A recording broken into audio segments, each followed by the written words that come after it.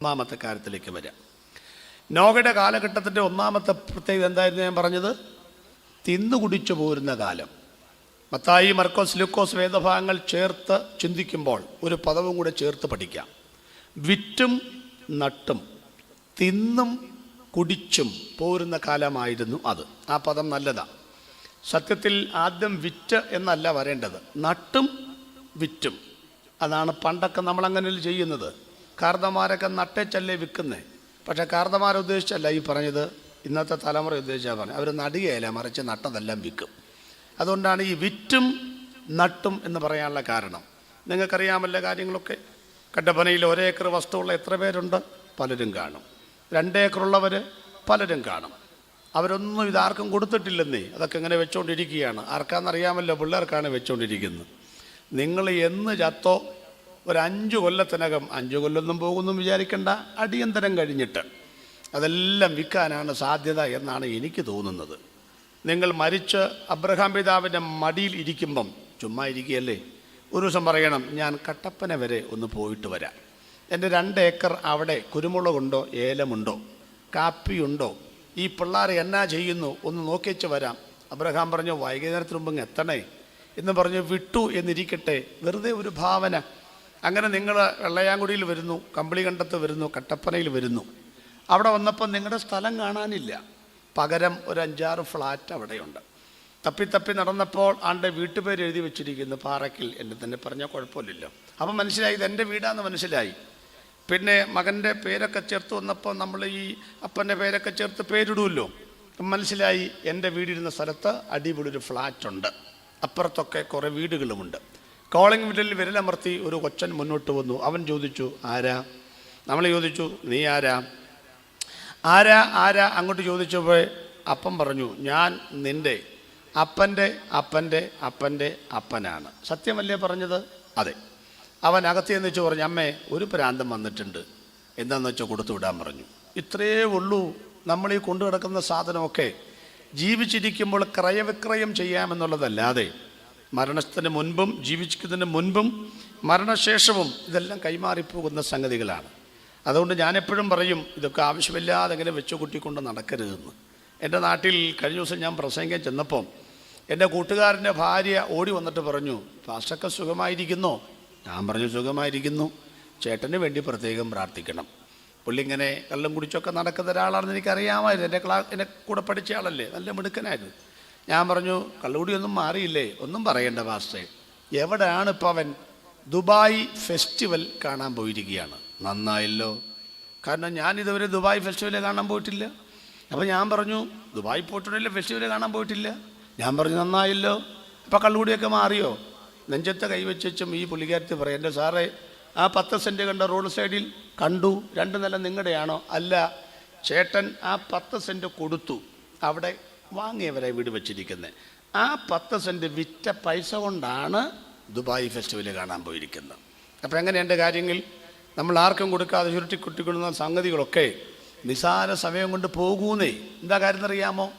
തിന്നാനും കുടിക്കാനുമുള്ള ഒരു തലമുറയാണ് ഇപ്പോഴത്തെ തലമുറ. അല്ലാതെ നടാനും പറിക്കാനുമുള്ള തലമുറയല്ലെന്നാണ് ഈ പറഞ്ഞത്. ഇതൊക്കെ യാഥാർത്ഥ്യമായിക്കൊണ്ടിരിക്കുകയല്ലേ വാസ്തവത്തിൽ? ഇത് വലിയ കുഴപ്പമുണ്ട് പാസ്റ്റേ, വലിയ കുഴപ്പമുണ്ട്. ഈ ഇട ഞങ്ങൾ നടത്തിയ യുവജന ക്യാമ്പിൽ ഉയർന്നു വന്ന ഒരു ദീനരോധനം ഉണ്ടായിരുന്നു.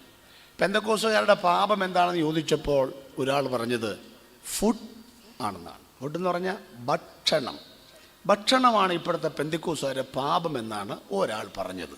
ഞാനിങ്ങനെ കൂലങ്കഷമായി ചിന്തിച്ച് നോക്കിയപ്പോൾ ഒരു പരിധിവരെ ശരിയാണെന്ന് എനിക്കും തോന്നി. കാരണം ഈ നോഹയുടെ കാലഘട്ടത്തിൽ മഴ വന്ന കാര്യം അവരറിയാതെ പോയത് ശാപ്പാടിൻ്റെ ആധിക്യം കൊണ്ടാണ് അവരറിയാതെ പോയത്. നമ്മുടെ ഈ ആത്മീയ യോഗങ്ങളിലേക്ക് നിങ്ങൾ ശ്രദ്ധിച്ച് നോക്കിയിട്ടുണ്ടോ? 21 ദിവസം ഉപവാസം വെച്ചാൽ ആദ്യത്തെ 7 ദിവസം ആരുമില്ല. ഉപവാസം പ്രഖ്യാപിച്ച് പോയല്ലോ എന്ന് കരുതി പാസ്റ്ററും ഭാര്യയും ഇരിക്കും. ചിലപ്പോൾ വൈകിട്ട് കഞ്ഞിയും കുടിക്കും. 2ാമത്തെ ആഴ്ച ആകുമ്പോഴേക്കും ഒരു 50% ആൾക്കാർ വരും.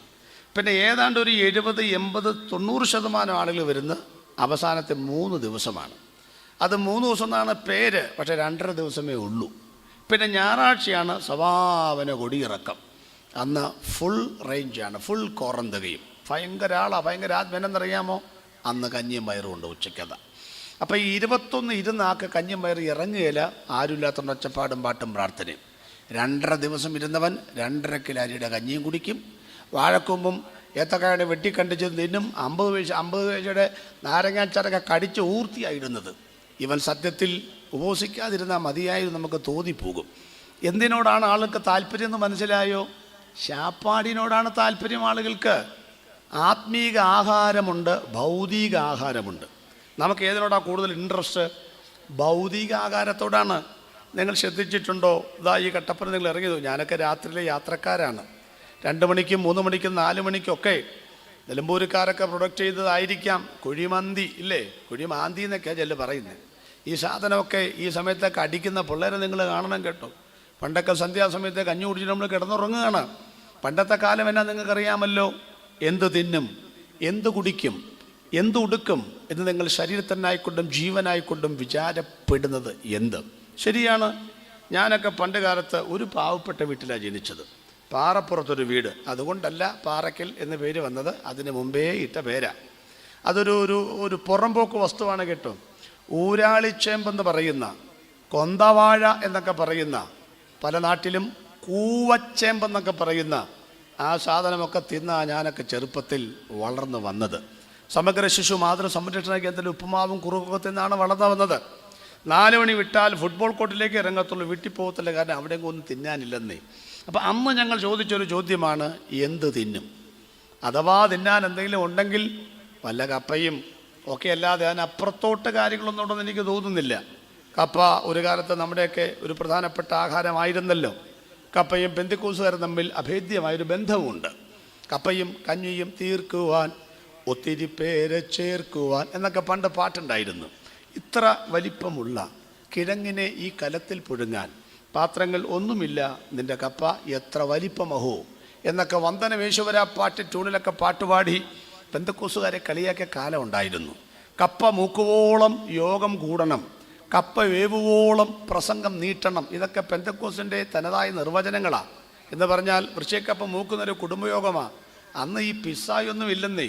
കപ്പയാണ് എപ്പോൾ നോക്കിയാലും കപ്പയും കട്ടൻ മുളകും കട്ടൻ കാപ്പിയുമാണ് അന്ന് യോഗത്തിന് കൊടുക്കുന്നത്.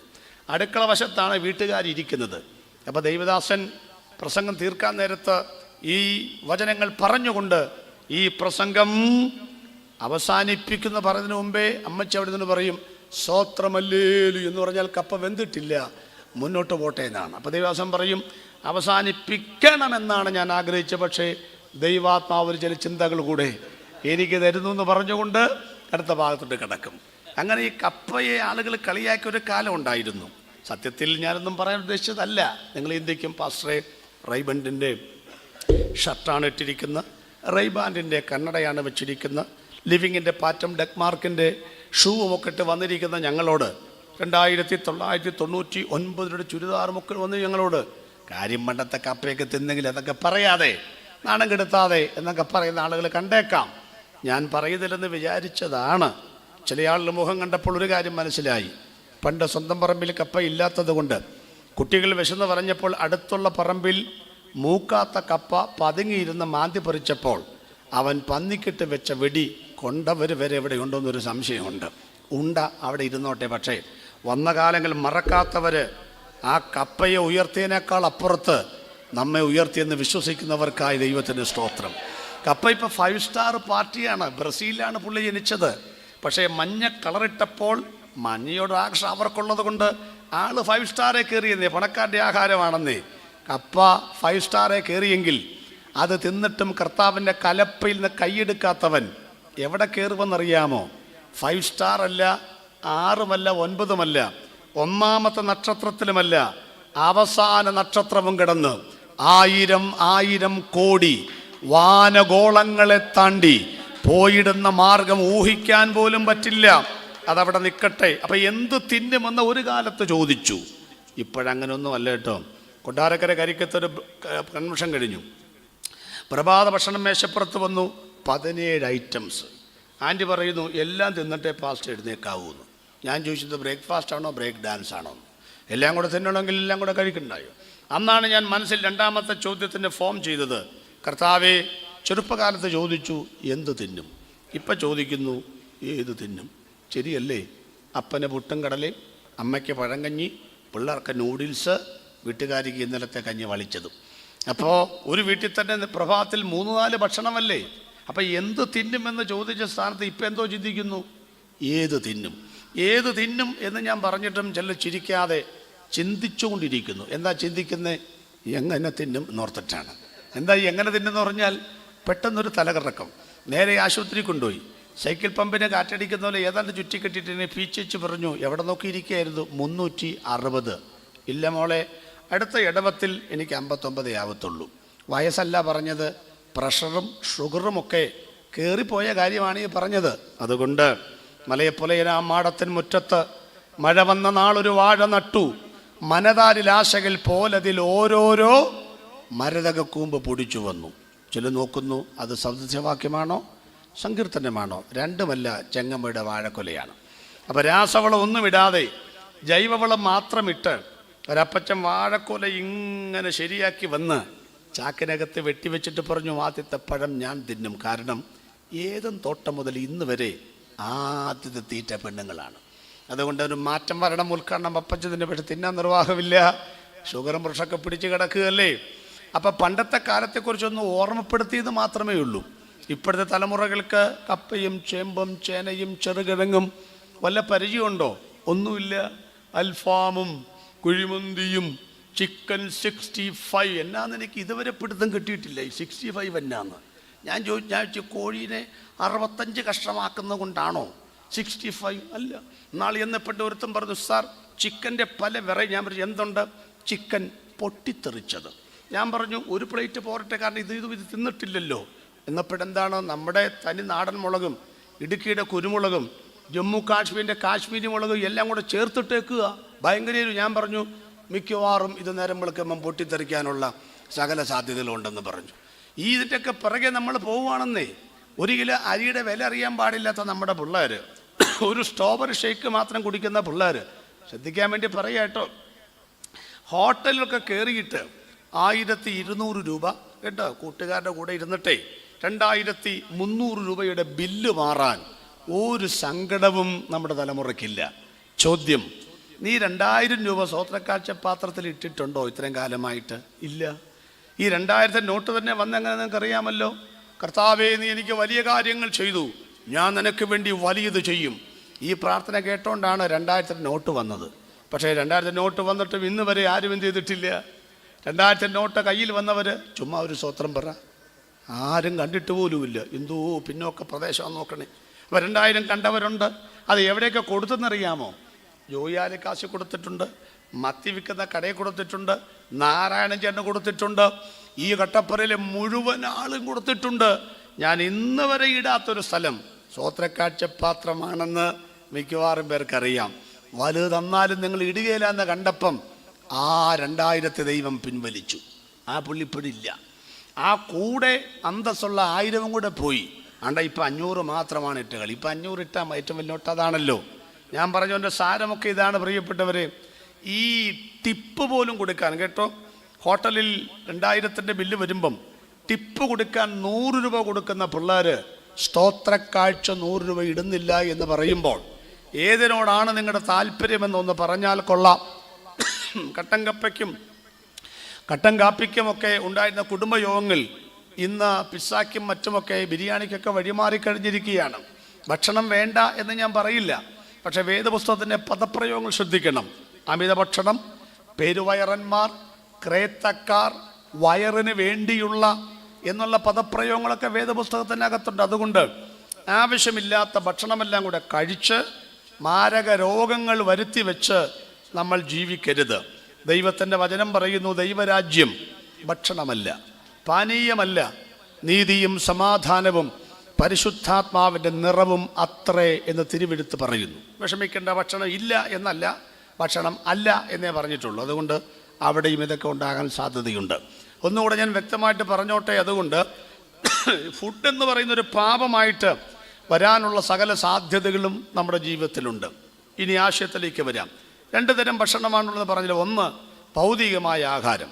അതിനോടാണ് എല്ലാവർക്കും ആക്രാന്തവും വിശപ്പും.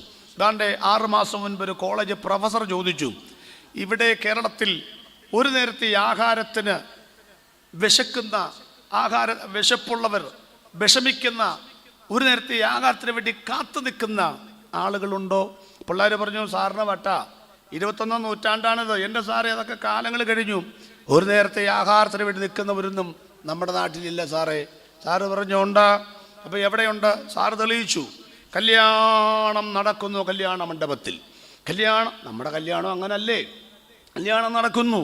പണ്ട് നിലമ്പൂർ പണ്ട് ഞാൻ കല്യാണം നടത്തിയേച്ച് എനിക്ക് നെടുങ്ങാടപ്പള്ളി ചർച്ചോടിൻ്റെ ജലക്കൺസ് പ്രസംഗിക്കണം. ഞാൻ പറഞ്ഞു, എനിക്ക് പെട്ടെന്ന് ആഹാരം വേണം.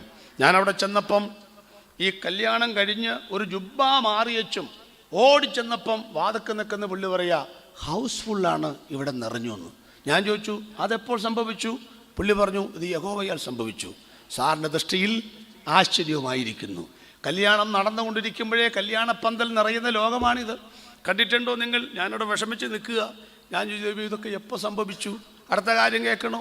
സദ്യമെല്ലാം കഴിഞ്ഞേച്ചും ഒരു പുള്ളി ഇറങ്ങി വന്ന് എന്നോട് ചോദിക്കുക, കൈ കഴുകുന്ന സ്ഥലം എവിടാന്ന്. അപ്പം ഈ പുള്ളി കൈ കഴുകിയേച്ചല്ല കയറുന്നത് മനസ്സിലായില്ലേ? ഇനി ഞാനെന്തോ കൈ കഴുകിയെന്നറിയാമോ? എനിക്ക് സമയം കിട്ടിയത് കൊണ്ടും ആദ്യത്തെ ഏറ്റത്തിൽ സീറ്റ് കിട്ടാതിരുന്നതുകൊണ്ടാണ് ഞാൻ കൈ കഴുകാൻ പോയത്. അല്ലെങ്കിൽ ഞാനും കഴുകുകയില്ലെന്ന്. ഞാനിതൊക്കെ പറയുന്നതിൻ്റെ കാര്യം നിങ്ങൾക്ക് മനസ്സിലായോ? ഈ ഭൗതിക ആഹാരത്തിന് വേണ്ടി ഷട്ടറങ്ങ് തുറക്കാൻ നേരത്ത് ഞാൻ പറഞ്ഞ പോലെ ഗമയിൽ നിൽക്കുന്നവരൊക്കെ ഷട്ടർ ഇടിച്ചു കയറാൻ നിൽക്കുന്ന ഒരു ആക്രാന്തമുണ്ടല്ലോ. ഷട്ടറങ്ങ് തുറന്ന് കഴിയുമ്പോൾ ഞാൻ നോക്കിയപ്പോൾ ഒരുത്തൻ പാൻറ്റും ഷർട്ടും ഇൻ ചെയ്തവൻ ഒരു മേശയുടെ അടിക്കടെ പോയിട്ടാണ് ഒരു കസേരയിൽ പോയിരിക്കുന്നത്. എൻ്റെ ചോദ്യം ഇതാണ് പ്രിയപ്പെട്ടവരെ, ഈ ലോകത്തിൻ്റെ ആഹാരത്തിന് വേണ്ടി ഒരു നാണോ മാനവും ഇല്ലാതെ ഇങ്ങനെ ഇടിച്ചു നിൽക്കാനും ശാപ്പാട് കഴിക്കാനും സീറ്റ് പിടിക്കാനൊക്കെ വെമ്പി നടക്കുന്ന കല്യാണ മണ്ഡപത്തിലെ പ്രിയപ്പെട്ടവരെ, സുവിശേഷ യോഗത്തിന് നിങ്ങൾ എപ്പോഴാണ് വരുന്നത്? ഒന്ന് പറഞ്ഞ്. ആത്മീക ആഹാരം വിളമ്പുന്ന സ്ഥലമല്ലേ ഇത്? ഇവിടെ എപ്പോഴാണ് നിങ്ങൾ വരുന്നത്? ഒരു കല്യാണ സദ്യക്ക് കാണിക്കുന്ന ആ ആവേശം ആത്മീയ ആഹാരത്തിന് കാണിക്കാറുണ്ടോ? വായിച്ചിട്ടുണ്ട്, 70 വർഷം വരെ ജീവിക്കുമ്പോൾ 80 മുതൽ 90 വരെ ചാക്ക് അരിയുടെ ഭക്ഷണം നിങ്ങൾ കഴിച്ചിരിക്കുമെന്ന്. കണ്ടാൽ പറയില്ല, കാരണം ഒരു 50 പൈസയുടെ പ്ലാസ്റ്റിക് കൊണ്ട് വലിപ്പമേ ഉള്ളൂ ചില ആളുകളുടെ വയറിന്. ചിലരൊക്കെ മല്ലിച്ചാക്ക് കണക്കെ ആയിട്ടുണ്ട്. എന്നാലും പറയുകയാണ്, ഈ 70 കൊല്ലം കഴിഞ്ഞ അച്ചായ അമ്മാമേ അല്ലെങ്കിൽ ഞാൻ, നിങ്ങൾ കഴിച്ച 90 ചാക്ക് അരിയുടെ ആഹാരം എവിടെ? വയറ്റിലില്ല. അത് മറപ്പുരയിലേക്ക് പോയി. മറപ്പുരയിൽ കിട്ടുമെന്ന് കരുതി വഴിയെ പോകുന്ന JCB കൊണ്ട് തോണ്ടിയാൽ കിട്ടുമോ? ഇല്ല, അത് മണ്ണിലേക്ക് പോയി. ഉത്തരം ഇതാണ്, താങ്കളെ മണ്ണിൽ നിന്നാണ് എടുത്തത്. അതുകൊണ്ട് ഈ മണ്ണിലേക്ക് തിരികെ ചേരുന്നവരെ തരാനുള്ളതാണ് ഈ 80 ചാക്ക് അരിയും സവാള ഉള്ളിയും പരിപ്പും പച്ചക്കറികളൊക്കെ. പക്ഷേ മണ്ണിൽ നിന്നെടുത്ത നിങ്ങളുടെ ഉള്ളിൽ വിണ്ണിൽ നിന്നും ഒന്ന് ദൈവം ശേഖരിച്ച് വെച്ചിട്ടുണ്ട്. അതാണ് ആത്മാവ്. ആ ആത്മാവ് ഈ മണ്ണിൽ ചേരുകയില്ല പ്രിയപ്പെട്ടവരെ. അത് ചെന്ന് ചേരേണ്ട സ്ഥലത്ത് ചേരാനാണ് ഈ ഭൂമിയിൽ ജീവിച്ചിരിക്കുമ്പോൾ ആത്മീക ആഹാരം നൽകുന്നത്. ആത്മാവിൽ ദരിദ്രരായവർ ഭാഗ്യവാന്മാർ. ഇന്ന് രാത്രി ഞാൻ ആദ്യത്തെ ദൂത് നിങ്ങൾ കൈമാറുകയാണ്. കർത്താവേ, നിന്റെ വചനത്തിന് മുൻപാകെ വിറയ്ക്കുന്നവരായിരിക്കാൻ, ആത്മീക ആഹാരത്തിന് വേണ്ടി ദാഹിക്കുന്നവരായിരിക്കാൻ, അതിനോടൊരു ആവേശമുണ്ടാകാൻ, പ്രാർത്ഥിച്ചിട്ടും മതിവരാത്ത, പ്രാർത്ഥിച്ചിട്ടും മതിവരാത്ത, പ്രസംഗിച്ചിട്ടും മതിവരാത്ത, കൊടുത്തിട്ടും മതിവരാത്ത, അന്യഭാഷ പറഞ്ഞിട്ടും മതിവരാത്ത, ആരാധിച്ചിട്ടും മതിവരാത്ത, എത്ര പാടിയിട്ടും മതിവരാത്ത ആ ഒരു ആത്മീക ദാരിദ്ര്യം. ഇരുനില വീടുണ്ടെങ്കിലും ഹൃദയത്തിന്റെ അന്തരംഗത്തിൽ മരിക്കും വരെ എനിക്ക് തരണമേ എന്ന് പ്രാർത്ഥിക്കുന്നവരുണ്ടെങ്കിൽ കരമൊന്ന് ഉയർത്തി ദൈവത്തിന് സ്തോത്രം ചെയ്യണമെന്നായി പറഞ്ഞത്.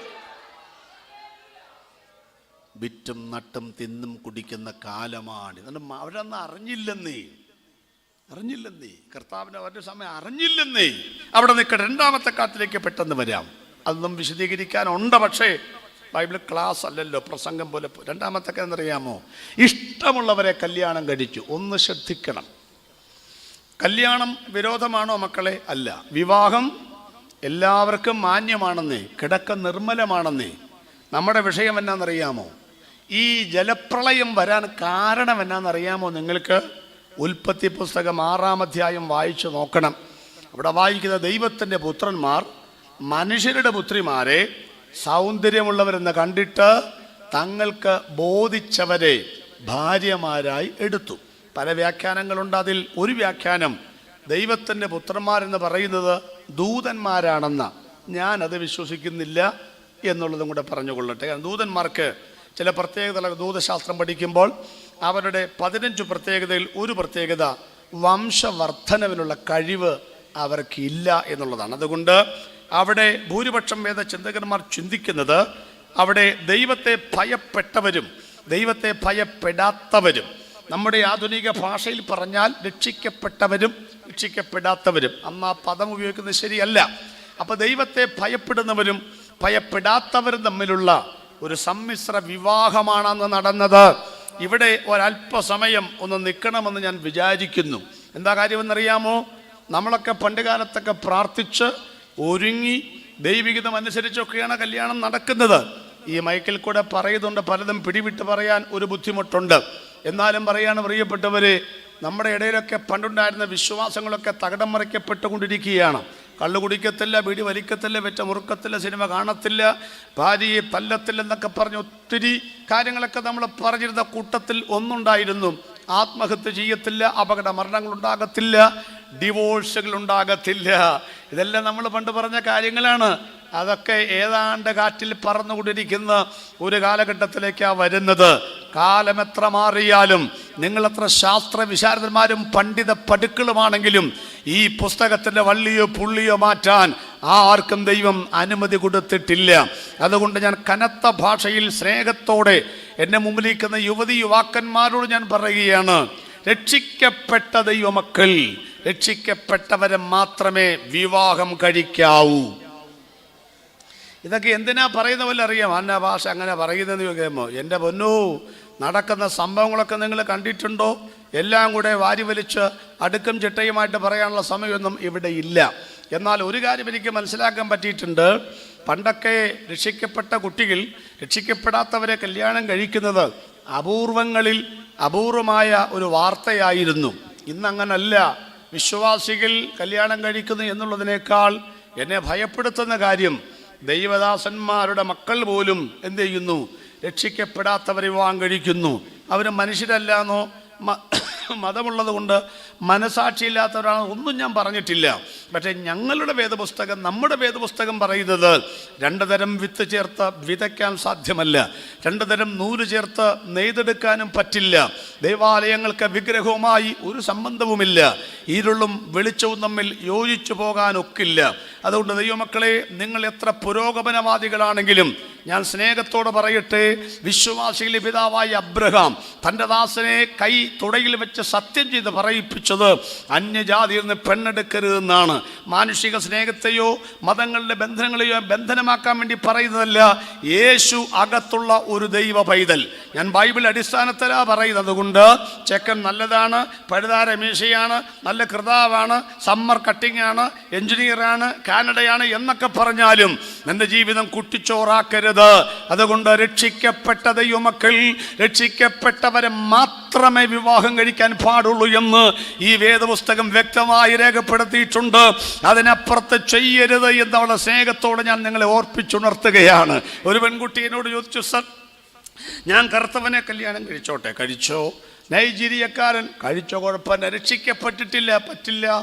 പറ്റില്ല. രക്ഷിക്കപ്പെടാത്തവരെ കല്യാണം കഴിക്കട്ടെ.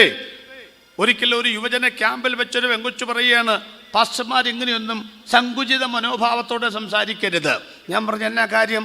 പാസ്റ്റേ, ഒരു കാര്യം പാസ്റ്റർ ചിന്തിക്കണം, ഞങ്ങളിങ്ങനെ രക്ഷിക്കപ്പെടാത്തവരെ കല്യാണം കഴിച്ചാൽ ആ ആത്മാവിനെയും കൂടെ രക്ഷയിലേക്ക് കൊണ്ടുവരാമല്ലോ. ഞാൻ പറഞ്ഞു, നിനക്ക് ആത്മഭാരം കണ്ടമാനം കൂടിയിട്ട് ഇതുപോലെ ഒത്തിരി പേരെ രക്ഷയിലേക്ക് കൊണ്ടുവന്നാൽ സംഗതി ആകപ്പാടെ പൊളിഞ്ഞു പോകും. മക്കളെ, കാട്ടാന കുഴി ചാടിയാൽ കാട്ടുപോത്തിന് ബലമുണ്ടെന്ന് പറഞ്ഞാലും ആനെ കയറ്റാൻ ആന തന്നെ വന്നേ പറ്റത്തുള്ളൂ. നിന്റെ പ്രേമലേഖനം കൊണ്ട് ഒരുവൻ്റെ പാപ ശമ്പള മരണ നരക ന്യായവിധി മാറ്റാൻ പറ്റുമായിരുന്നെങ്കിൽ സ്വന്തം പുത്രനെ ലോകത്തിൽ അയക്കേണ്ട കാര്യമില്ലായിരുന്നു. അതുകൊണ്ട് യേശുക്രിസ്തുവിൻ്റെ ക്രൂശിനല്ലാതെ, ക്രൂശിൽ മരിച്ച യേശുക്രിസ്തുവിൻ്റെ ആ യാഗത്തിൽ വിശ്വസിച്ചിട്ടല്ലാതെ ഒരുത്തനും ദൈവരാജ്യത്തിൽ കടക്കാൻ കഴിയില്ല എന്നുള്ള കാര്യം വേദപുസ്തകം വളരെ വ്യക്തമായി പറയുന്ന കാര്യമാണ്. ഇവിടെ പിശാച് ജയിക്കുന്നുണ്ടോ എന്നെനിക്കൊരു സംശയമുണ്ട്. കാരണം എൻ്റെ അറിവിൽ ദൈവവചനം നന്നായി പ്രസംഗിച്ചിരുന്ന 2-3 കർത്തദാസന്മാരൊക്കെ ഇപ്പോൾ ഏതാണ്ട് പ്രസംഗം അവസാനിപ്പിച്ച സ്ഥിതിയാണ്. നിൽക്കുന്നു എന്ന് തോന്നുന്നവൻ വീഴാതിരിപ്പാൻ ശ്രദ്ധിച്ചു കൊള്ളട്ടെ. കല്യാണം കഴിപ്പിച്ച് വിട്ട പിള്ളേർ പോലും ഇപ്പോൾ സുരക്ഷിതരല്ല എന്ന് നിങ്ങൾ മനസ്സിലാക്കണം. കോഴിക്കോട് ജില്ലയിൽ 2000-ലധികം കുടുംബിനികളാണ് കഴിഞ്ഞ ഒറ്റ വർഷം കാമുകൻ്റെ കൂടെ ഒളിച്ചോടിപ്പോയത്. കല്യാണം കഴിച്ച വീട്ടമ്മമാരാണ്, 2400-ൽ പരം വീട്ടമ്മമാരാണ് ഒളിച്ചോടിപ്പോയത്. ഒരു മർമ്മം, ഒരു ദൂത് എനിക്ക് മനസ്സിലായത് പറഞ്ഞ് ഒന്ന് പ്രാർത്ഥിക്കാൻ പോവുകയാണ് നമ്മൾ. പ്രിയപ്പെട്ടവരെ, നിങ്ങൾ സുവിശേഷ വേലയ്ക്കുള്ളവരാണെന്ന് പിശാച് കണ്ടു. ആര്? ഈ തലമുറകളൊക്കെ. അതുകൊണ്ട് പിശാച് ഒരു കാര്യം ചെയ്തു. ഞാൻ ചോദിക്കട്ടെ, ഇവിടെ ഇരിക്കുന്ന സണ്ണി പാസ്റ്ററുണ്ട്, അല്ലെങ്കിൽ സുമേഷ് പാസ്റ്ററുണ്ട്, മറ്റ് കർത്തൃദാസന്മാരുണ്ട്. അവരെ പ്രായം കണ്ടാൽ അറിയാം, ദീർഘമായ പതിറ്റാണ്ടുകൾ ഈ കലപ്പയ്ക്ക് കൈവച്ചവരാണ്. അവർക്കൊക്കെ പിന്മാറിപ്പോകണമായിരുന്നെങ്കിൽ പണ്ടേ പിന്മാറിപ്പോകാമായിരുന്നു. രോഗങ്ങൾ വന്നിട്ടുണ്ട്, പ്രതിസന്ധികൾ വന്നിട്ടുണ്ട്, പ്രശ്നങ്ങൾ വന്നിട്ടുണ്ട്. സ്വന്തം മകൻ മരിച്ചിട്ട് കുഴിച്ചിടാൻ സ്ഥലമില്ലാത്തത് കൊണ്ട് ഞങ്ങളൊക്കെ പാതിരാത്രി അടുത്ത വീട്ടിൽ ചെന്ന് മണ്ണ് ചൂരക്കുട്ടയ്ക്കകത്ത് കൊണ്ടുവന്ന് പാറപ്പുറത്ത് മണ്ണിട്ട് ചുറ്റും കയ്യാലെ പെടാതെ നടുക്കുള്ള മണ്ണ് കോരിക്കളഞ്ഞ് അവിടെ കുഞ്ഞിനെ അടക്കം ചെയ്തിട്ടുണ്ട്. പുരാതന കാലത്തെ, പണ്ട് കാലത്തെ പെന്തക്കോസിലെ പിതാക്കന്മാർ അനവധി പ്രാവശ്യം ഈ കലപ്പയിൽ കൈവച്ച ശേഷം കരഞ്ഞ് പിന്മാറിപ്പോകാൻ അവസരമുണ്ടായിട്ടും ഒരിക്കൽ പോലും കൈയെടുക്കാതെ ഒരു കരം മാത്രമെടുത്ത കൈലേശ കൊണ്ട് കണ്ണുനീർ തുടച്ചിട്ട് മറുകരം കലപ്പയിൽ മുറുകെ പിടിച്ചു പറഞ്ഞു, യഹോവ നല്ലവനെന്ന് രുചിച്ചറിവിൻ. സന്നിപ്പാശ്രേ, വീഴ്ത്താൻ വേറെ മാർഗമില്ല. ക്യാൻസർ തന്നാൽ നമ്മൾ യേശുവിനെ തള്ളി പറയില്ല. കാൽ ആക്സിഡന്റ് ഒടിഞ്ഞാൽ നമ്മൾ തള്ളി പറയില്ല.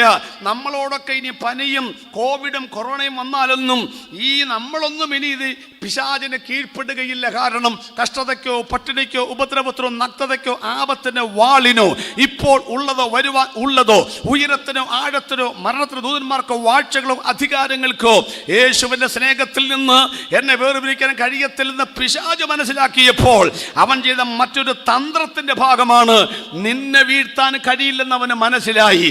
കാരണം നീ ഉപവാസമുള്ളവനാ, നീ പ്രാർത്ഥനയുള്ളവനാ, നീ ദൈവകൃപയുള്ളവനാ. പക്ഷെ നിന്റെ ചങ്ക് പൊടിയുന്നത് എവിടാന്നറിയാമോ?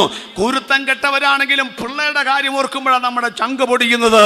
ഉപവാസമില്ലാത്ത, പ്രാർത്ഥനയില്ലാത്ത, ബൈബിൾ പോലും വായിക്കാത്ത തലമുറകളെ പിടിച്ചിട്ട് അവനെ വഴിതെറ്റിച്ചാൽ അവന് മനസ്സിലായി, ജോയി പാറക്കലിന്റെ പ്രസംഗം നിർത്തണമെങ്കിൽ തലമുറയെ പിടിച്ചാൽ മതി, സുമേഷ് പാസ്റ്റർ പ്രസംഗം നിർത്താൻ തലമുറയെ പിടിച്ചാൽ മതി.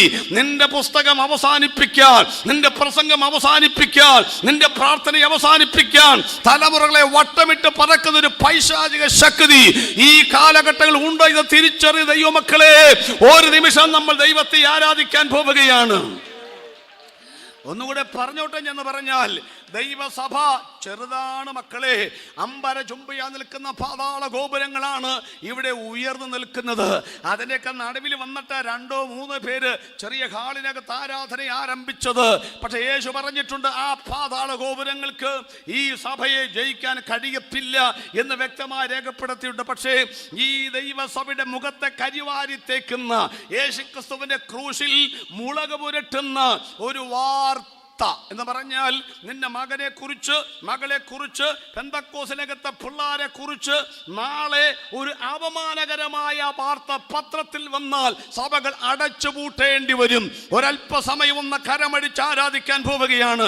വല്ലാത്ത ദുഷ്ട മനുഷ്യന്റെ കണ്ണുകൾ, വിടക്ക് കണ്ണുകൾ നിന്റെ പെൺകുട്ടികളെ ചുറ്റും വട്ടം കറങ്ങുന്നുണ്ട്, നിന്റെ മാൻകുടി ചുറ്റും വട്ടം കറങ്ങുന്നുണ്ട്. അമ്മയോടും അപ്പനോടും ചോദിക്കാതെ ഒറ്റ ദിവസം കൊണ്ട് നാട് വിട്ടു പോകും ആ പൈശാചിക ബന്ധനങ്ങൾക്ക് മീതെ ആത്മകൃപ പ്രാപിച്ച് പ്രാർത്ഥിക്കുവാൻ കഴിയുന്നവരുണ്ടെങ്കിൽ ഒരു മിനിറ്റ് ഞാൻ വേർതിരിക്കുകയാണ്. വല്ലവന്റെയും കുട്ടിക്ക് വേണ്ടിയല്ല പ്രാർത്ഥിക്കേണ്ടത്, വിവാഹം ചെയ്ത് അയച്ചവർ ഉൾപ്പെടെയുള്ളവർക്ക് വേണ്ടി പ്രാർത്ഥിക്കണം. കർത്താവേ, എന്റെ തലമുറയുടെ മേൽ ഈ ശാപം വരരുത്, എന്റെ സഭയുടെ പേരിൽ പത്രവാർത്ത വരരുത്. ഒന്ന് ആരാധിച്ച ദൈവമക്കളെ, ഒന്ന് ആരാധിച്ച ദൈവമക്കളെ. എൻ്റെ പിള്ളേരൊക്കെ കല്യാണം കഴിച്ച് സുരക്ഷിത വിചാരിച്ചിരിക്കാതെ ഈ കരമടിക്കുന്ന കരമടിയിൽ ഉണ്ടല്ലോ വരാൻ പോകുന്ന ദുരന്തങ്ങളെ വഴിമാറ്റി വിടുന്ന, ഗതി തിരിച്ചു വിടുന്ന ഒരു പ്രാർത്ഥനയാണെന്ന് വിശ്വസിക്കുന്നവർക്ക് വേണ്ടി വ്യാപരിക്കുന്നു.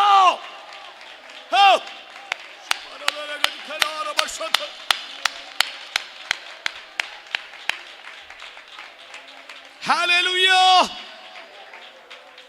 സ്തോത്രം. നമ്മുടെ സുവിശേഷ പ്രസംഗങ്ങളൊക്കെ അടച്ചുപൂട്ടാൻ ഒരപമാനം വന്നാൽ പോരെ കുഞ്ഞെ?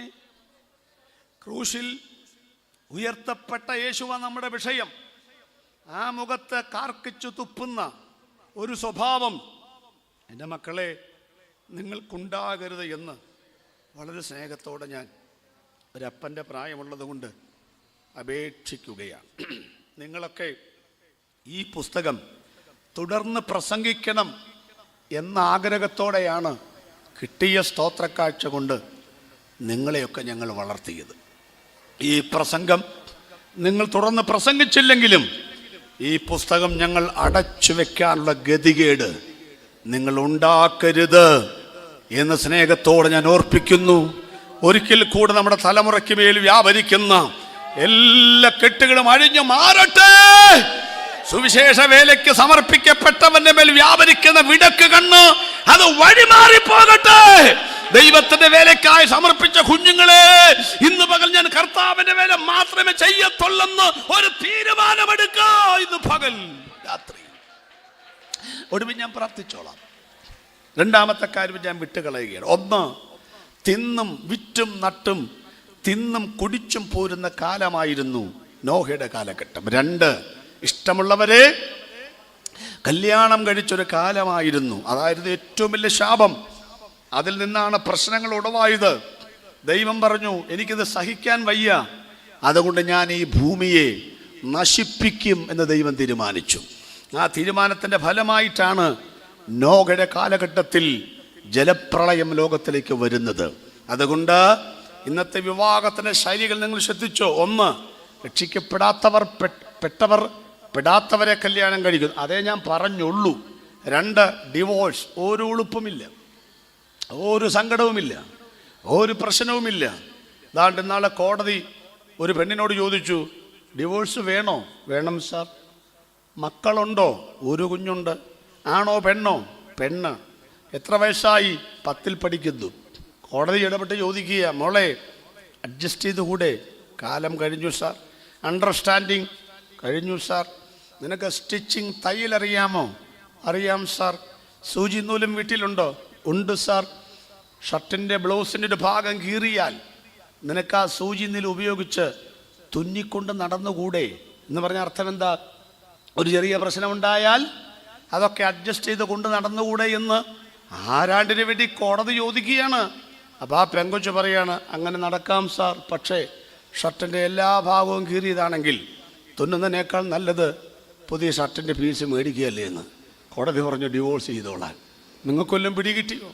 പണ്ടൊക്കെ 25 കൊല്ലം കഴിയുമ്പോഴാണ് ഞങ്ങൾ വെഡ്ഡിങ് ആനിവേഴ്സറി, 25ാമത്തെ വിവാഹ വാർഷികം. ഇപ്പോഴങ്ങനല്ല.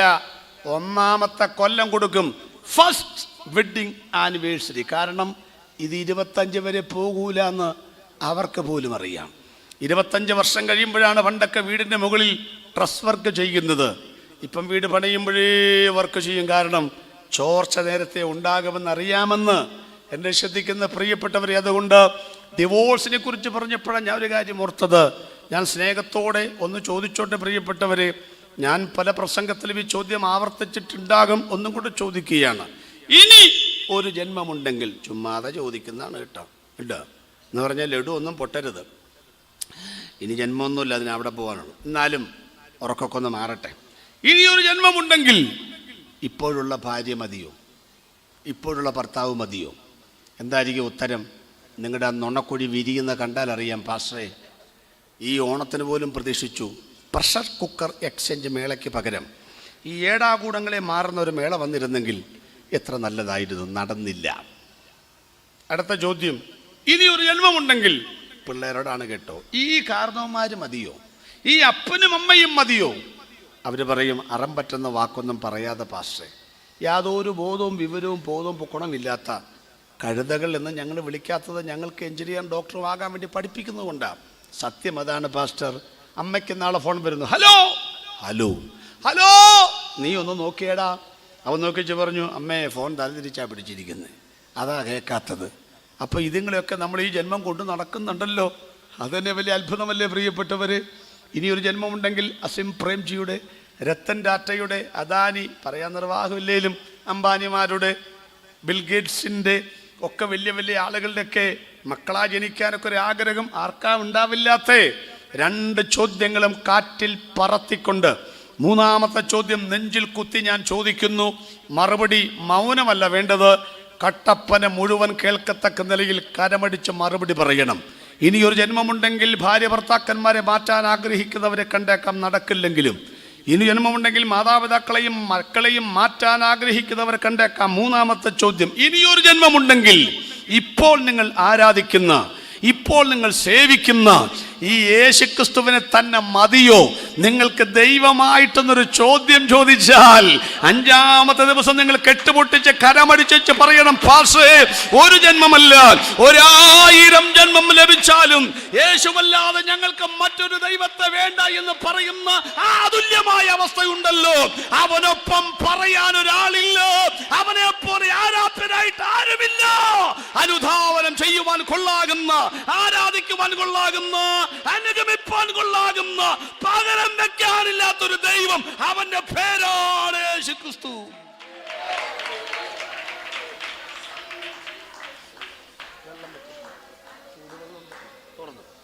അപ്പൊ 2 കാര്യങ്ങൾ നമ്മൾ ചിന്തിച്ചു കഴിഞ്ഞു. ഒന്നാമത്തെ കാര്യം എന്താണ്? വിറ്റും നട്ടും തിന്നും കുടിച്ചും പോരുന്ന കാലമായിരുന്നു നോഹയുടെ കാലഘട്ടം. ഇപ്പൊ 2 ഇഷ്ടമുള്ളവരെ കല്യാണം കഴിച്ചു. പ്രിയപ്പെട്ടവരെ, വീണ്ടും വീണ്ടും ആവർത്തിച്ച് പറയുകയാണ് ഞാൻ കേട്ടത്. അതുകൊണ്ട് നമുക്കിച്ചിരി വൈകിയാലും, മക്കളെ, കുറച്ച് വൈകിയാലും തമ്പുരാൻ തൻ്റെ ജീവിതത്തിൽ വെച്ചത് ഒരു കണ്ടകശനിയായി മാറാതിരിക്കാൻ കാത്തിരിക്കൂ. അതിവേഗം കിട്ടുന്നതിനേക്കാൾ പ്രാർത്ഥിച്ചു കിട്ടുന്നത് ഇരട്ടി അനുഗ്രഹമായിരിക്കുമെന്ന് മാത്രം പറഞ്ഞ് ഞാൻ ആ ഭാഗം വിടുകയാണ്. മൂന്നാമത്തെ ഭാഗത്തേക്ക് വരാം. നോഹയുടെ പ്രസംഗം ആരും ശ്രദ്ധിച്ചില്ല. കേൾക്കാത്തത് കൊണ്ടല്ല, അർഹിക്കുന്ന ഗൗരവം ആരും കൊടുത്തിട്ടില്ല. ഇതൊക്കെ നമ്മുടെ ഇടയിൽ നടക്കുന്നില്ലേ പ്രിയപ്പെട്ടവരെ? നമ്മൾ പ്രസംഗിക്കുന്നു. ഇപ്പം കൺവെൻഷനൊക്കെ പരസ്യമായിട്ട് യോഗങ്ങൾ നടത്തുന്ന ഒത്തിരി സ്ഥലങ്ങളാണ്. കുര്യാക്കോസ് കുടക്കച്ചിറ അച്ചായനൊക്കെ ഞാൻ കാണുന്നത് തന്നെ പരസ്യയോഗത്തിൽ പ്രസംഗിക്കുന്ന ഒരാളെന്നുള്ള നിലയ്ക്കാണ്. ഞങ്ങളൊക്കെ ജെറുസലേം ഗോസ്ബൽ ടീമിലൊക്കെ അങ്ങനെ പോകുന്നയാളാണ്. ഞാൻ ഇന്ന് പകൽ പറഞ്ഞു, കേരളത്തിൻ്റെ 14 ജില്ലകളിൽ 1,40,000 ട്രാക്ടർ കൊടുത്തയാളാണ് ഞാൻ. കേരളത്തിൻ്റെ 465 സിറ്റികളിലായി, ഇന്ത്യയിലെ 29 സ്റ്റേറ്റുകളിലായി, കേന്ദ്രഭരണ പ്രദേശങ്ങളിലായി, ഭദ്രാനഗർ ഹാവേലിയും ലക്ഷദ്വീപും ഡാമിന് ഒഴികെ ഇന്ത്യയിലെ മുഴുവൻ സ്ഥലങ്ങളിലും സുവിശേഷം പ്രസംഗിച്ച് യേശുവിനെ അവതരിപ്പിച്ചയാളാണ് ഞാൻ.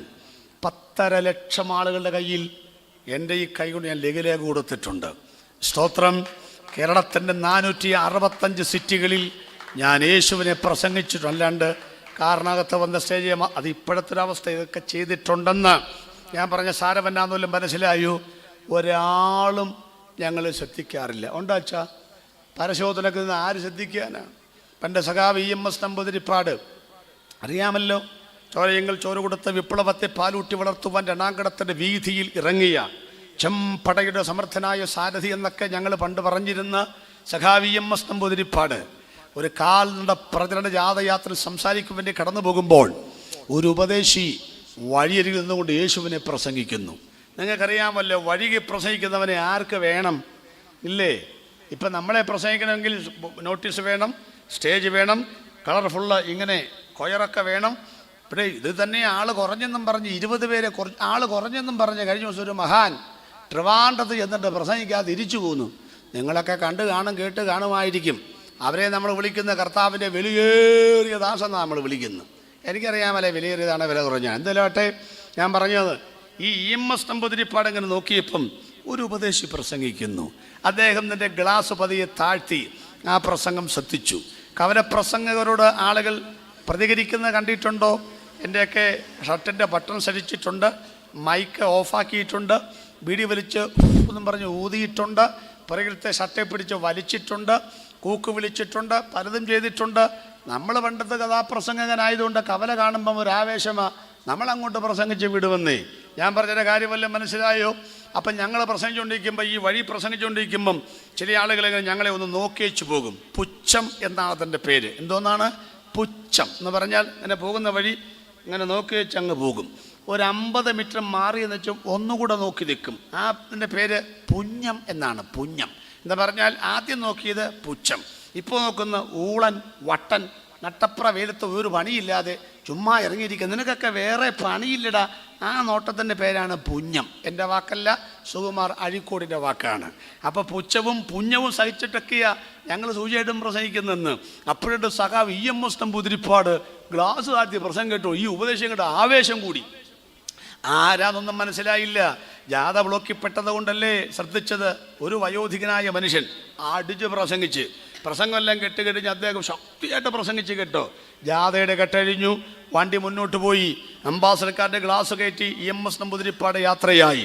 ഇടത മാസത്തെ ചിന്ത എന്ന് പറയുന്ന വാരികയിൽ സഖാവ് EMS നമ്പൂതിരിപ്പാടിൻ്റെ സുവിശേഷം ഞാൻ പ്രസംഗിക്കുമ്പോൾ പറയുന്ന സുവർണ വാചകം പുറത്തു വന്നു. അതിങ്ങനെയാണ്: ക്രിസ്തു എന്നത് സത്യമത്രേ, സങ്കല്പമത്രേ, തിട്ടമായി പറയുവാൻ എനിക്ക് സാധിക്കുന്നില്ല. പക്ഷേ ഒരു കാര്യം ഞാൻ സമ്മതിക്കുന്നു, ഞങ്ങൾക്കൊക്കെ 10 അക്ഷരം പറയണമെങ്കിൽ കാൽനട പ്രചരണ യാത്ര കവലയിൽ വന്ന് അവസാനിക്കണം. ഞങ്ങളുടെ പേര് വിളിക്കുമ്പോൾ ദിഗന്ധങ്ങൾ ഭേദിക്കുമാറ് ഇൻകുലാബ് സിന്ദാബാദ് വിളികൾ അന്തരീക്ഷത്തെ മുഖരിതമാക്കിക്കൊണ്ട് ഹാരാർപ്പണങ്ങൾ എടുത്തു മാറ്റി മൈക്കിന് സമീപിക്കുമ്പോൾ ആവേശകരമായി അലയൊലികൾ ഉയർത്തണം. അപ്പോൾ സംഘാടകർ പറയും ശാന്തരാകൂ ശാന്തരാകൂ എന്ന് പറയുമ്പോഴാണ് അല്പം വിക്കുപോലുമുള്ള എനിക്ക് അനർഗളമായി സംസാരിക്കുവാൻ ആവേശമുണ്ടാകുന്നത്. ആളുകളുടെ തിരത്തല്ലിലാണ് ഞങ്ങൾ രാഷ്ട്രീയം പ്രസംഗിക്കുന്നെങ്കിൽ ഒരാൾ പോലും കേൾക്കാനില്ലാതിരുന്നിട്ടും കേൾക്കുന്നവൻ പുച്ഛിച്ചു കൊണ്ടുപോയിട്ടും നട്ടപ്രവെയിലത്ത് ഇത്ര ശക്തിയോടെ ഇത്ര ശക്തിയോടെ ഒരു ഉപദേശം യേശുവിനെ പ്രസംഗിക്കണമെങ്കിൽ യേശുവുണ്ടോ എനിക്കറിയില്ല, പക്ഷേ അയാളുടെ ഉള്ളിൽ ഒരു സത്യമില്ലെങ്കിൽ പറയാൻ തൻ്റെ ഇടമുണ്ടാകത്തില്ലെന്ന് ഇന്ന് രാത്രിയിൽ ഈ തൻ്റെ ഇടം തന്ന ദൈവത്തിന് കരമടിച്ചുകൊണ്ട് സ്തോത്രം പറ. ദൈവമക്കളെ, ഏത് കവലയിലും ഏത് സ്ഥലത്തും പറയാൻ കൊള്ളാകുന്ന ഒരുവൻ ഞങ്ങളുടെ അകത്ത് കിടക്കുന്നു. അതാണ് ഞങ്ങളുടെ ഉയര എന്ന് പറയുന്നത്. രക്ഷിക്കപ്പെട്ടാലും പറ്റില്ല, ഞങ്ങൾ പ്രസംഗിക്കുന്നേ ഇല്ലേ അച്ഛാ?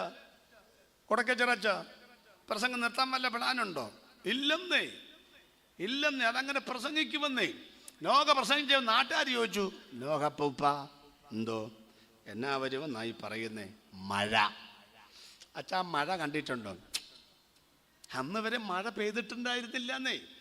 ഭൂമിയിൽ നിന്ന് മഞ്ഞ് പൊങ്ങി എന്നുള്ള വാക്കൊക്കെ വിശദീകരിച്ച് ചിന്തിക്കണം. ഭൂമിയിൽ നിന്ന് മഞ്ഞ് പൊങ്ങി, അങ്ങനെയാണ് നനച്ചോ. അപ്പം മഴ കണ്ടിട്ടില്ല ഈ പുള്ളിക്കാരൻ കേട്ടോ.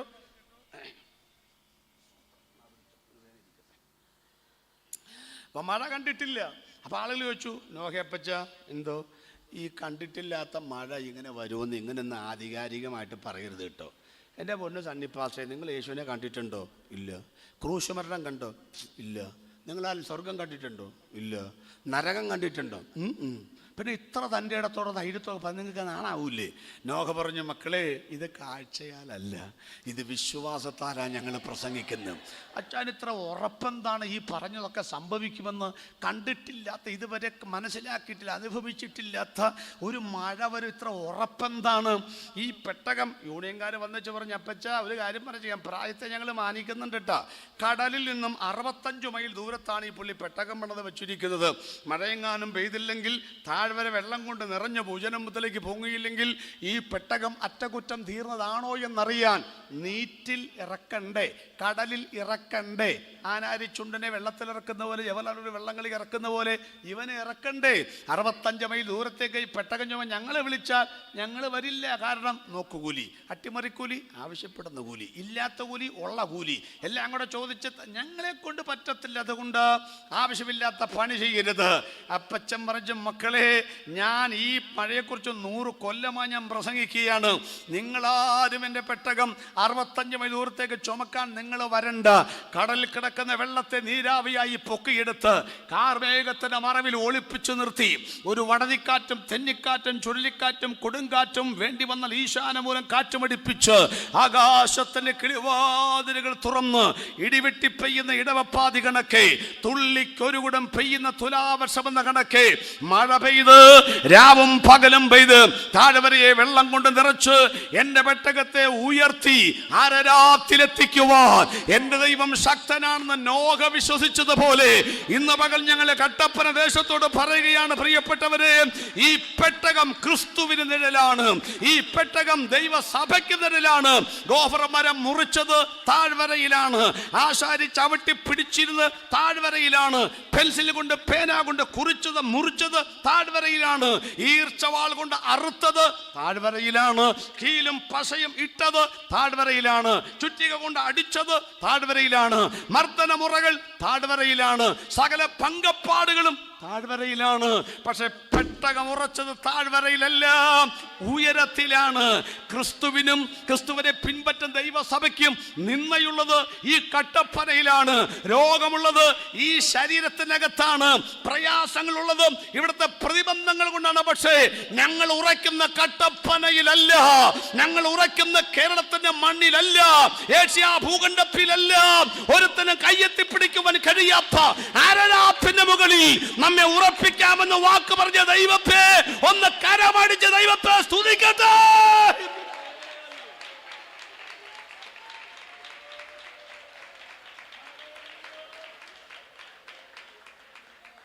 നോഹയെ സമ്മതിക്കണം. സ്വർഗത്തിലെങ്ങാനും ചെല്ലാൻ ഭാഗ്യമുണ്ടായാൽ 2 പൂമാല ഇട്ട് കൊടുക്കാൻ ഞാൻ പെർമിഷൻ ചോദിക്കുമെന്ന് പറയാറുണ്ട്.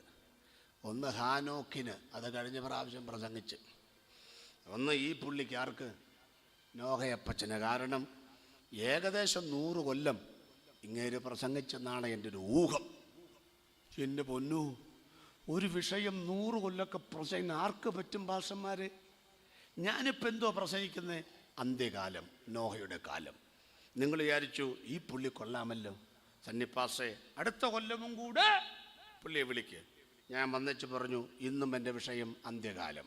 അപ്പം നിങ്ങൾ വിചാരിച്ചു ഇത് കഴിഞ്ഞ കൊല്ലം പ്രസംഗിച്ചതാണല്ലോ, ഏതായാലും വന്നതല്ലേ, അൽഷിമേഴ്സ് രോഗം വല്ലതും പിടിച്ച് കാണും, വന്നേച്ച് പോട്ടെ. 3-ാമത്തെ കൊല്ലവും വിളിച്ചു.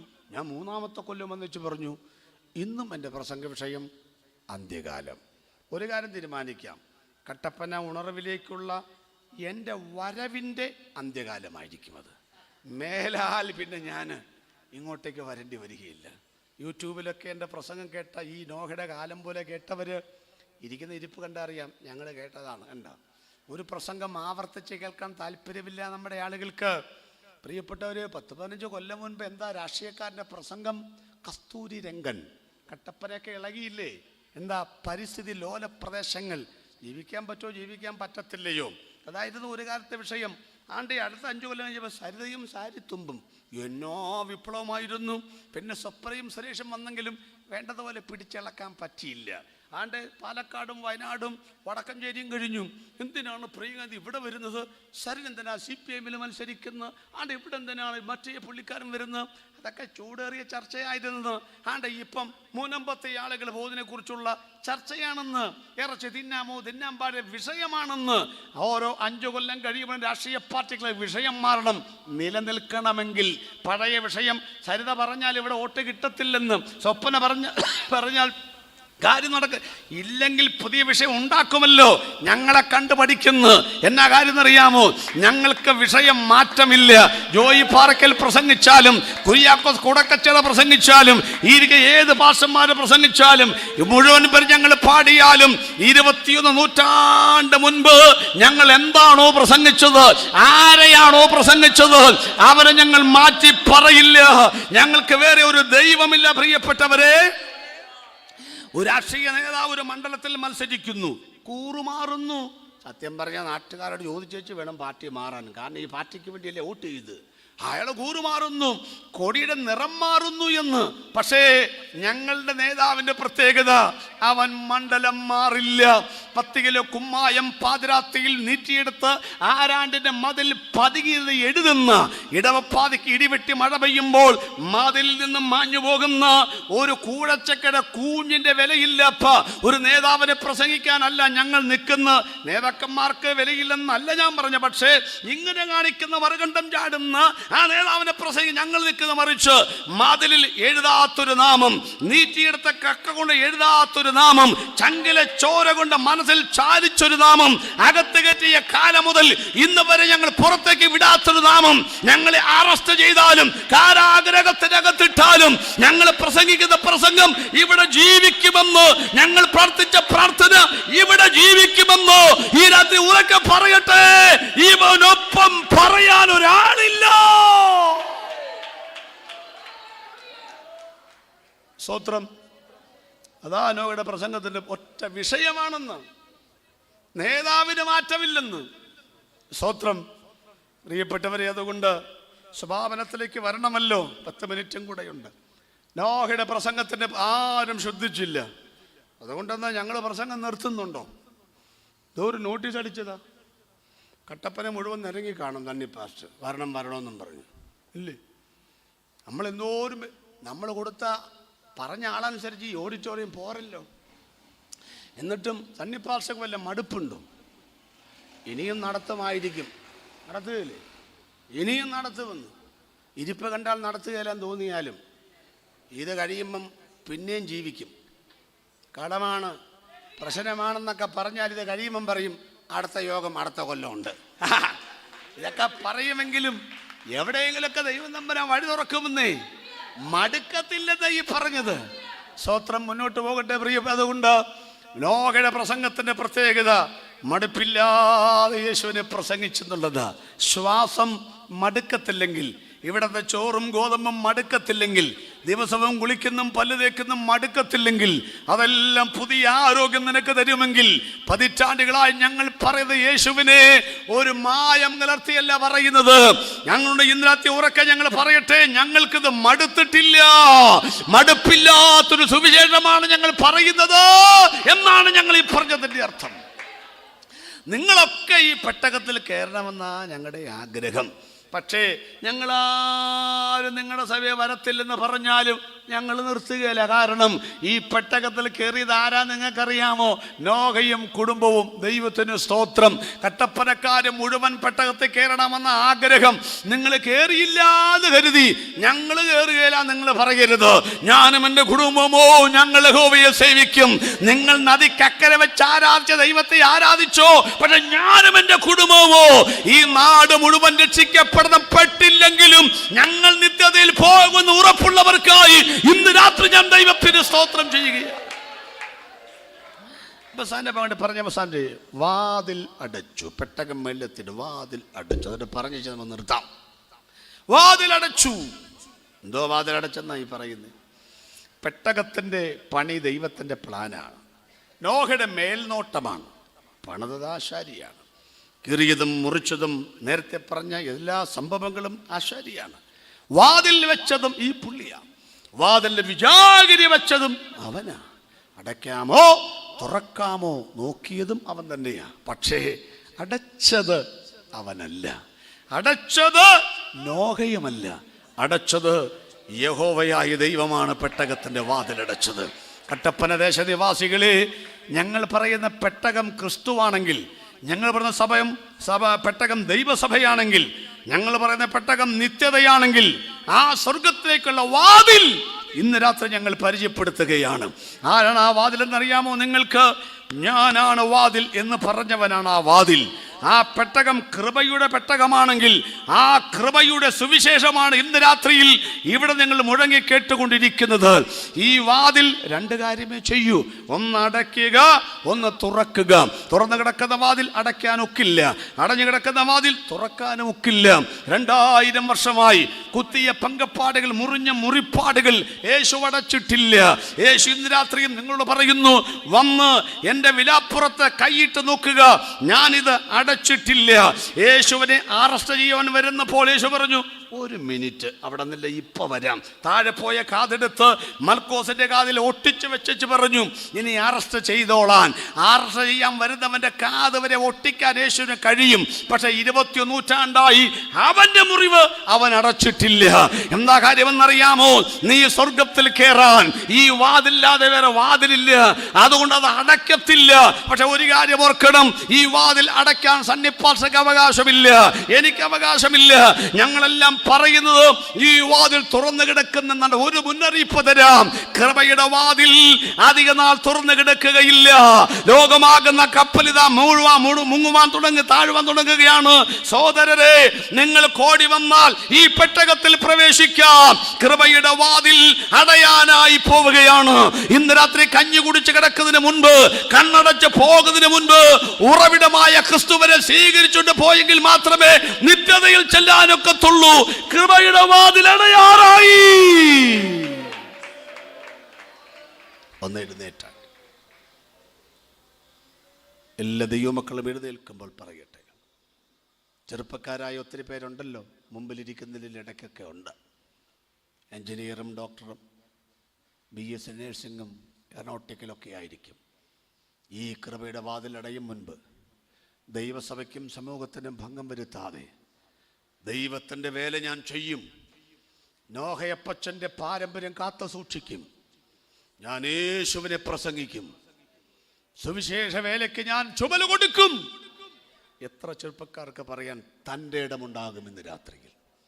ഞാൻ ചോദിക്കട്ടെ പ്രിയപ്പെട്ടവരെ, ഈ വാതിലടയും മുൻപ് എനിക്ക് ആവുള്ളിടത്തോളം കാലം ഞാൻ യേശുവിനെ പ്രസന്റ് ചെയ്യും. സ്തോത്രം. യുവതി യുവാക്കന്മാരെ, പെട്ടുപോകരുത്. ഒരു അപകട പ്രേമ കുരുക്കിലും പെട്ടുപോവുകയില്ലെന്നും എൻ്റെ യേശുവിൻ്റെ സ്നേഹത്തിന് പകരം വയ്ക്കാൻ ലോകത്തിൽ മറ്റൊരു സ്നേഹമില്ലെന്നും തീരുമാനിച്ച് അവൻ്റെ പിറകെ പോകാൻ ഒരു തീരുമാനമെടുക്കുക. നമ്മുടെ കണ്ണുകളെ നമുക്ക് ദൈവസന്നിധിയിൽ അടയ്ക്കാം. ജനിച്ച് പ്രവർത്തി ചെയ്ത് 3-ാം നാൾ ഉയർത്തെഴുന്നേറ്റ യേശുക്രിസ്തുവിന്റെ കൃപയുടെ വാതിൽ ഇനി അധിക നാൾ തുറന്നു കിടക്കുകയില്ല.